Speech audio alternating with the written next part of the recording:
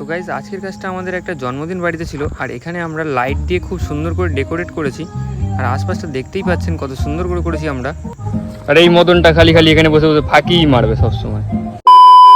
তো এখানে সব গাছগুলোতে আমরা 12 ভোল্ট পিক্সেল লাইটের কাজ করেছি, তো আপনারা আশপাশে দেখতেই পাচ্ছেন।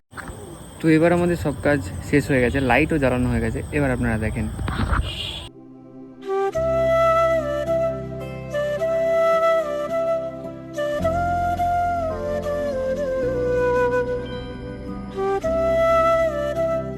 আর অনুষ্ঠানের শেষে কিন্তু একটু নাচানাচিও হয়েছিল, তো চলো সেটাও তোমাদের দেখাচ্ছি।